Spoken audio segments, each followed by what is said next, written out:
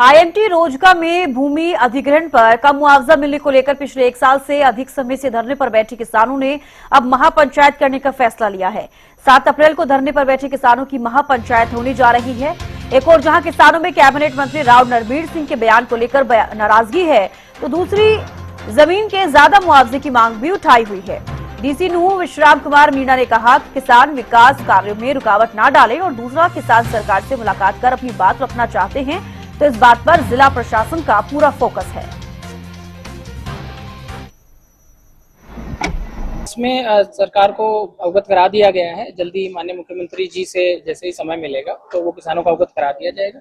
साथ ही हमने किसानों को भी स्पष्ट रूप से कहा है कि भी काम जो है विकास कार्य है वो नहीं रुकना चाहिए और जो आपका पक्ष रखने का जो प्लेटफॉर्म है वो भी हम लगातार उनका टेकअप कर रहे हैं। पीछे बजट सत्र और निकाय चुनावों की व्यस्तता के चलते वो नहीं हो पाया, तो दोनों ही विषय हैं कि काम भी कंटिन्यू रहे और साथ में जो किसान की मांग है या जो उनके विषय हैं वो हम सरकार तक पहुंचाएं, वो हमने ऑलरेडी पहुंचा दिया। राव नरबीर मंत्री जी ने जो शब्द बोले हैं, भाई हम तो किसान हैं, हम तो उनका भी शुक्रिया अदा करते हैं, लेकिन उससे पहले राव नरबीर जी को, मंत्री जी को ये सोचना चाहिए कि हमारी वफा का ये सिला तो नहीं होना चाहिए कि आपके पिताजी जो है कि स्वर्गीय चौधरी जो है महावीर जी को इसी हलके से और इन्हीं गांवों से, आपके पिताजी पीछे तावड़ो हलके से हार के आए थे, इन्हीं 9 गांवों ने जो है कि आपके पिताजी को एमएलए बनाया था और भरपूर जो है कि वोट दी थी।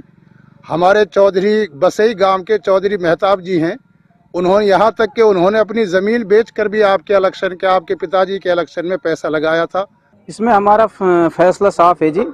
जैसा कि पिछली हमारी जो पंचायत हुई थी 17 में, तो उसमें एसडीएम साहब यहाँ आए थे और उसने जो है आश्वासन दिया था कि भाई हम आपसे जल्दी जो है आपकी मुलाकात मुख्यमंत्री से कराएंगे। तो अगर मुख्यमंत्री से हमारी मुलाकात होती है और कोई निष्पक्ष जो एक रास्ता निकलता है किसानों के लिए तो ठीक है, नहीं तो काम तो बंद करने की जो 7 तारीख दे ही रखी है।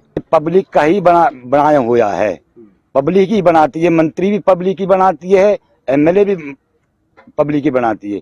हम भी इंसान हैं, कोई हम बाहर देश के नहीं है, हम अपनी हक की लड़ाई लड़ रहे हैं।